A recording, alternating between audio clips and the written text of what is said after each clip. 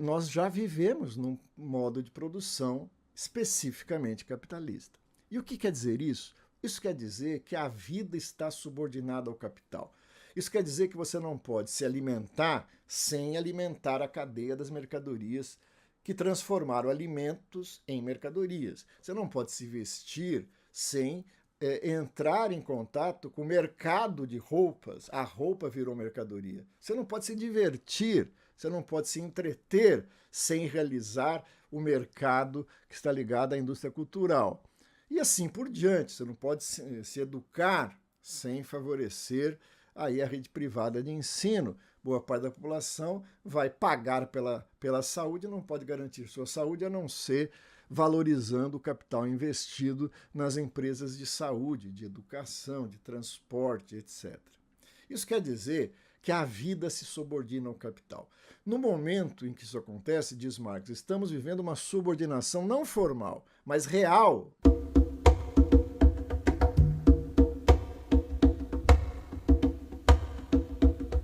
Olá, estamos de volta aqui com nosso café bolchevique. Nesse 1º de maio recém-passado agora, num ato extremamente esvaziado das centrais sindicais ali em Itaquera, com presença do presidente, ministro, candidatos, etc., a imprensa optou por destacar deslizes eleitorais, a presença dos ministros, almoço, etc. e tal.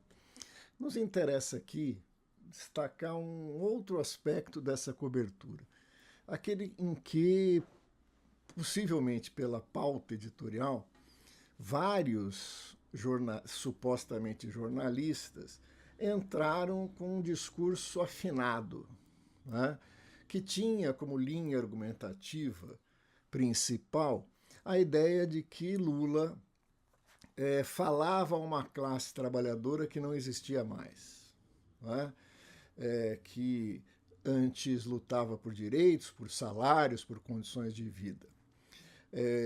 Na medida em que eles, assim afirmavam, descreviam o que seria essa nova classe trabalhadora, que, ao contrário de lutar por direitos, salários, condições de trabalho, preferia ser livre, né? E insistindo, essa palavra insistentemente repetida, essa liberdade se caracterizaria por definir seus horários, não ter uma relação contratual com um específico patrão ou empresa, né? Portanto, ser livres. Ora, o que nos chama a atenção diante dessa insistência argumentativa de alguns supostos jornalistas, né, é o fato de que essa caracterização dos trabalhadores é universalizada. Não é um setor de trabalhadores, não é uma circunstância. É a classe trabalhadora como um todo que abre mão de seus direitos em função dessa suposta liberdade. Ora, nós não devemos esperar mais do que esse discurso ideológico dos meios de comunicação de massa, da mídia corporativa. Não é? Nós sabemos que isso está muito distante do que um dia foi jornalismo e que se especializou em refletir sobre a forma mais superficial das aparências. Não é? Então vai lá, dá o fato, realmente foi um ato absurdamente esvaziado, até pelo momento, pelas circunstâncias, né? Mas a explicação que entra como informação, né, ela é profundamente ideológica. Então isso nos permite, a partir desse fato, refletir sobre esse aspecto que temos frequentemente voltado a falar aqui no café, nas colunas da Boitempo e etc. Ou seja, como opera a ideologia, né? A ideologia não é simplesmente uma falsificação.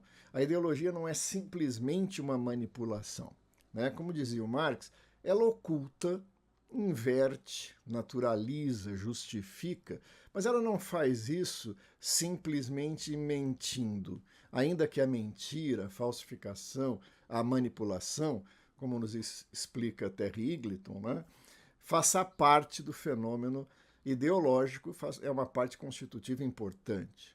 né? Mas ela, para ser fiel à expressão de Marx, do velamento, ela oculta mostrando, ela mostra e ao mostrar oculta. Então nos interessa aqui como ela mostra e o que ela oculta, quais as determinações que ficam fora dessa brilhante superfície mais aparente da aparência, né? Então vamos lá.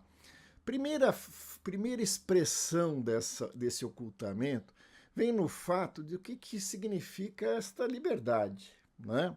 Então veja, lá em 1883, na origem do 1º de maio em Chicago, os trabalhadores lutavam para diminuir a jornada de trabalho, que era em média de 12, 13 horas por dia, e se lutava, luta histórica dos trabalhadores, por uma jornada de 8 horas, pelo direito ao descanso semanal remunerado, pelo direito de férias e outras coisas, né? Os mártires de Chicago morreram por causa disso. Se a gente somar isso à greve geral da Rússia, né, em fevereiro de 1917, você tem uma pauta muito semelhante no que diz a condições de trabalho, 8 horas de trabalho, etc. Isso se espalhou pelo mundo todo e você teve um certo momento da correlação de forças nas classes em que esse patamar, né, foi alcançado e garantido na forma de direitos. Por exemplo, a jornada de 8 horas.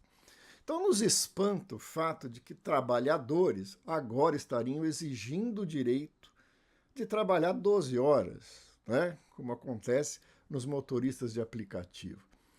A ênfase desse suposto jornalista é que isso é em nome da liberdade. Então vamos agora aprofundar um pouco mais, sair dessa nuvem enganosa da aparência, né?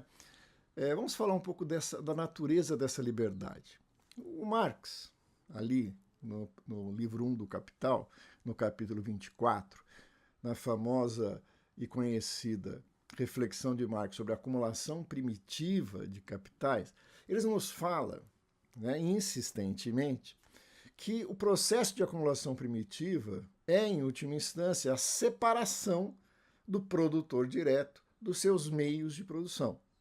E ao fazer isso, ele joga naquilo que constituiria futuramente o chamado mercado de trabalho, expropriados de tudo, né? E que, portanto, só podem vender o que lhe resta, a força de trabalho. E o Marx, ironicamente, não dá para compreender o Marx se você não der uma boa dose de ironia nas suas afirmações.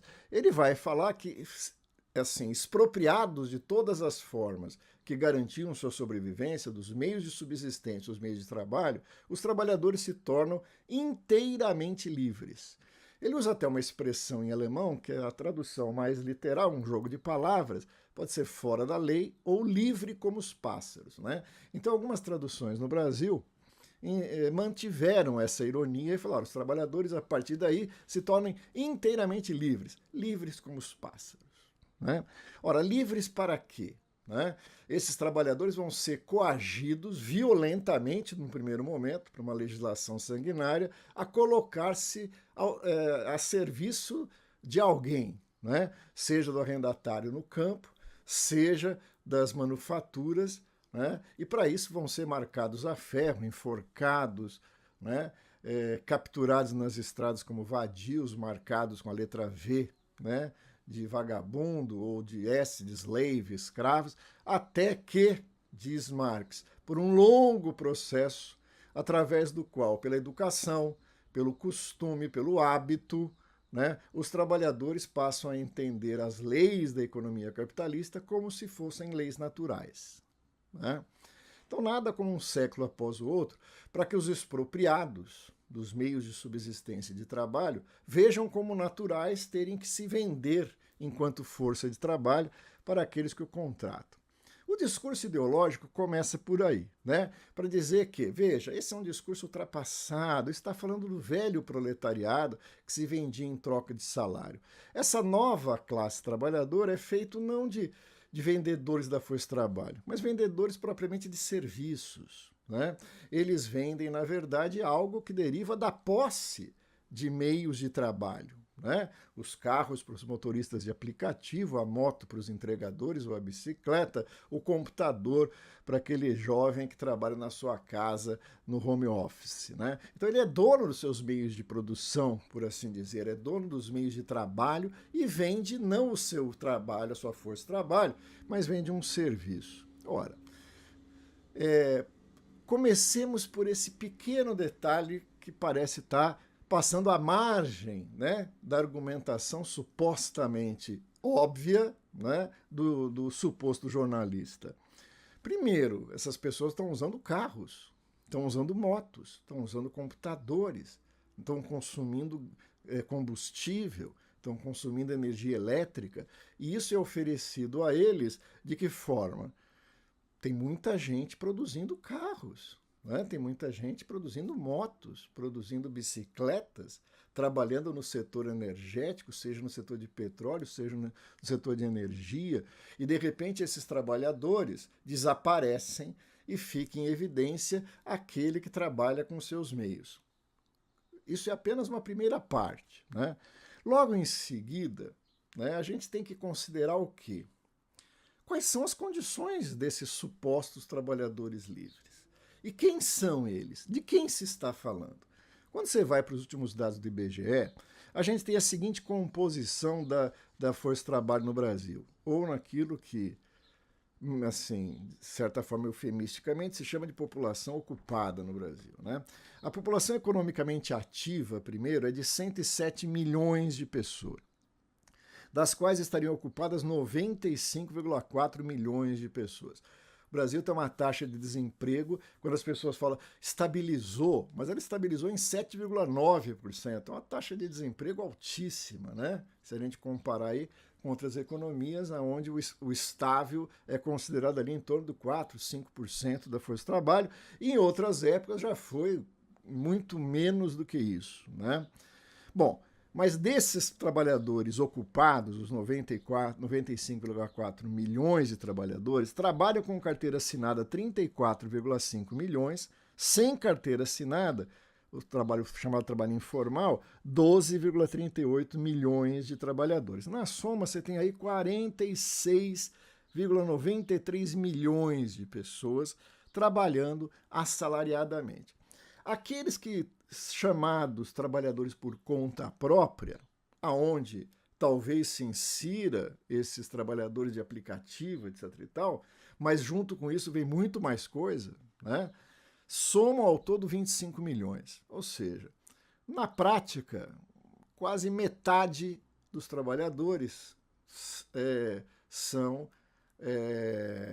menos da metade vão ser trabalhadores por conta própria, o dobro disso, ou quase o dobro disso, vai trabalhar com carteira assinada ou sem carteira assinada, mas são na condição de assalariados.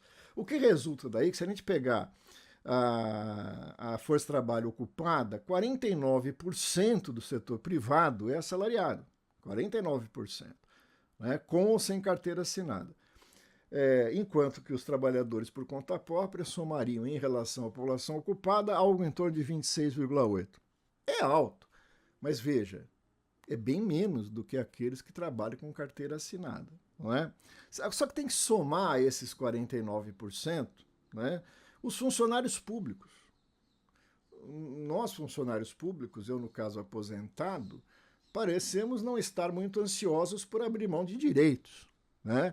As universidades federais, o setor de ensino federal, os funcionários públicos federais estão em greve, exigindo exatamente que não se reduza o patamar de direitos, que se tenha salário, que se tenha carreira, que se tenha condições de trabalho, né? Mas esses não existem no discurso ideológico do senhor jornalista. Se a gente somar, né, os trabalhadores do setor privado ao setor público, são 61% da população ocupada que trabalha de forma assalariada. Ou seja, aqui está claramente expresso um mecanismo como opera a ideologia. Transformar o particular como se ele fosse universal.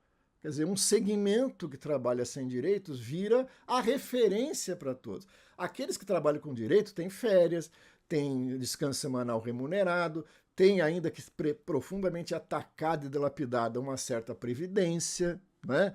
Esses segmentos têm estatutos que garantem certas condições de carreira, o que desaparece naquele chamado e autoconsiderado setor livre, né? Que está em livre negociação. É interessante quando você vai ver essa liberdade, agora nesse projeto apresentado para regular o trabalho dos motoristas de aplicativo, projeto, diga-se passagem, muito aquém do que seria necessário, né? Muito limitado naquilo que propõe, né? Ele foi negociado com quem? Ué, se eles são trabalhadores por conta própria, o que faz essas enormes empresas monopolistas sentadas na mesa discutindo se aceito ou não? Lembremos que as empresas de entregadores, que contratam os entregadores, né, as empresas que contratam os entregadores saíram da negociação e com isso melou a negociação. Então eles não trabalham para ninguém, trabalham por conta própria ou trabalham para essas enormes empresas monopolistas do setor de transporte, no setor de entregas e em outros setores, né? No caso dos entregadores, né, que são aproximadamente 385 mil, né, entregadores, a média de ganho por hora é de 8,7, 8,5, numa variação. Essa é uma característica desse segmento. Os salários não são fixos, não são estabelecidos, não há um critério. Trabalhou 8 horas, ganhou tanto, no final do mês dá tanto, né? Ganha por entrega realizada. Isso faz com que, num universo de 5,5 milhões de pedidos, um trabalhador de entrega ganha, vai variar se é de bicicleta ou de moto, R$ 100 reais, R$ 110 por dia, né? Se ele trabalhar os 30 dias, ou seja, façam assim para o descanso semanal remunerado, ele vai chegar a um ganho aí de R$ 3.000, 3.000 e pouco. Se ele respeitar a si mesmo, né, um descanso semanal, ainda que não receba, isso aí vai cair para 2.400, 2.420 por mês, né? Veja, você fala, bom, nossa, mas isso não tem preço, porque eu sou livre, certo? Mas com isso você vai ter que tirar aí a manutenção da moto, a gasolina, né? Porque parabéns, você é dono dos meios de trabalho, né? Então esse seu suposto rendimento vai cair ainda mais do que isso. Sem contar que você não tem aposentadoria, que você não tem, né, nenhum seguro de saúde, que você, quando não trabalha, não ganha, né, que você não tem descanso semanal, nem pensar em férias ou em outros direitos, fundo de garantia, isso não existe para esse setor. Mas são livres, são donos dos seus meios de trabalho e não precisam trabalhar para ninguém. Bom, mais ou menos, né? Porque trabalho para o iFood, trabalho para Uber, trabalho para essas empresas que, na verdade, os contratam, disfarçando esse contrato de uma relação aparentemente diferente, flexível, que, na verdade, a flexibilidade é o algoritmo que define se você vai ganhar R$ 1 ou R$ 20 numa corrida e o motorista lá do Uber não sabe quanto você está pagando, nem sequer qual é o critério de aplicação de uma ou de outra porcentagem. Mas isso nos remete a um último elemento para isso, né? É um contingente significativo, né? Aí estamos falando, portanto, aí de 26,8% da população ocupada. Rompeu-se o paradigma da expropriação, agora eles são donos dos meios de trabalho. Um pouquinho depois de Marx falar do hábito, da educação, da tradição, formar uma classe cuja consciência incorpora a naturalidade das leis desse modo de produção particular, ele vai dizer o seguinte: no nascimento do proletariado, no momento em que ele está sendo expropriado e pouco a pouco os seus meios de produção estão transformando nos elementos do capital constante, os meios de subsistência nos elementos do capital variável. O arrendatário capitalista está transformando a corporação em manufatura e esta depois virará a grande indústria. Ainda nesse momento, a subordinação do trabalho ao capital é apenas formal. O que quer dizer Marx em relação a isso? Né? Que o proletariado ainda é numericamente pequeno no conjunto da população, tem que pensar um conjunto maior da população, majoritário na população, que são os camponeses. Os camponeses são donos dos seus meios de trabalho, da terra, dos meios de trabalho que ele manipula para usar, né, que ele utiliza para a produção agrícola. Portanto, você tem uma parte da população que ainda pode sobreviver sem se subordinar ao capital. Nesse momento, inclusive, as manufaturas, o que Marx chamava de manufaturas reunidas, os trabalhadores pegavam seus teares e iam para o galpão do arrendatário capitalista produzir tecidos, e no final do dia saíam com seus teares, né? Quando os trabalhadores perdem esses teares e passam a trabalhar nos teares da fábrica, a subordinação aumenta. Por que subordinação? A questão central é: não pode existir a não ser subordinando-se ao capital e ao processo de produção de mercadorias, ao processo de valorização. Por que isso acontecia naquele momento? Dizia Marx, porque ainda não vivemos num modo de produção especificamente capitalista. Veja bem, meninos e meninas, né? Meus perversozinhos, como gosta de dizer a querida Rita von Hunt, nós já vivemos num modo de produção especificamente capitalista. E o que quer dizer isso? Isso quer dizer que a vida está subordinada ao capital. Isso quer dizer que você não pode se alimentar sem alimentar a cadeia das mercadorias que transformaram alimentos em mercadorias. Você não pode se vestir sem entrar em contato com o mercado de roupas. A roupa virou mercadoria. Você não pode se divertir, você não pode se entreter sem realizar o mercado que está ligado à indústria cultural. E assim por diante. Você não pode se educar sem favorecer aí a rede privada de ensino. Boa parte da população vai pagar pela saúde e não pode garantir sua saúde a não ser valorizando o capital investido nas empresas de saúde, de educação, de transporte, etc. Isso quer dizer que a vida se subordina ao capital. No momento em que isso acontece, diz Marx, estamos vivendo uma subordinação não formal, mas real do trabalho ao capital. Em se tratando de uma subordinação real, o trabalhador pode até ter a posse imediata do seu meio de trabalho, mas ele não pode exercer isso a não ser se subordinando ao capital. Quando você tem um carro, você só tem um carro, e junto com o carro você tem gastos. Quando você quer transformar isso no meio de trabalho e, portanto, oferir daí renda, você só pode fazer subordinando-se ao algoritmo ou subordinando-se à empresa de entrega que vai acioná-lo para fazer uma entrega de uma comida, de um produto, de uma encomenda. Não é? Portanto, você pode ser dono do seu carro, não é? Mas ele só se torna fonte de renda ao subordinar-se à empresa. Bem-vindo a tempos especificamente capitalistas de subordinação real do trabalho ao capital. Não é? O jornalista que assim falava, né, ignora que parte da sociedade está subordinada na forma assalariada, e essa é a maioria. Né? E tenta, ao ver esse conjunto da classe, parte precarizada, parte destruída em seus direitos e parte ainda com certos direitos, qual é a solução do infame jornalista? Transformar a parte com direitos em 100, homogeneizar pela base da precarização daquilo que o Rui Braga, que o Ricardo Antunes vão chamar de infoproletariado ou de precariado, como queiram. Para mim é o velho proletariado que agora é expropriado de uma forma diversa. Ou seja, ele vai ser subordinado ao capital e vai usar os seus meios de trabalho assumindo todo o custo da sua manutenção, que assim deixa de ser da empresa. Né? 5 milhões de entregas parece que geram um certo lucro, né? Para que aqueles que movem a roda desse serviço recebam aí algo em torno de um salário mínimo, né? Descontado as coisas que ele precisa descontar, sob todos os riscos de acidente, de insalubridade, com jornadas de trabalho, conversando com os motoristas de aplicativo, que não é raramente 12 horas, mas que passa a ser frequentemente 12 horas de trabalho, para depois de uma vida você sequer ter o direito à previdência, à aposentadoria, à assistência quando for necessário. Livres como os pássaros, né?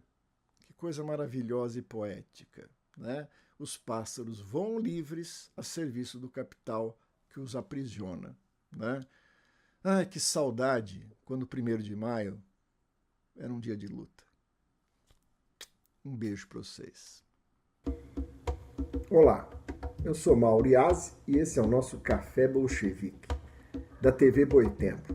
Todos os meses nós vamos pegar certos conceitos, categorias-chave da teoria marxista e pensar sobre eles à luz dos acontecimentos do Brasil, do mundo, na nossa conjuntura atual. Se inscreva no canal e venha tomar esse café com a gente. É um café encorpado, forte. Quem sabe você acorda. A gente se vê por aí.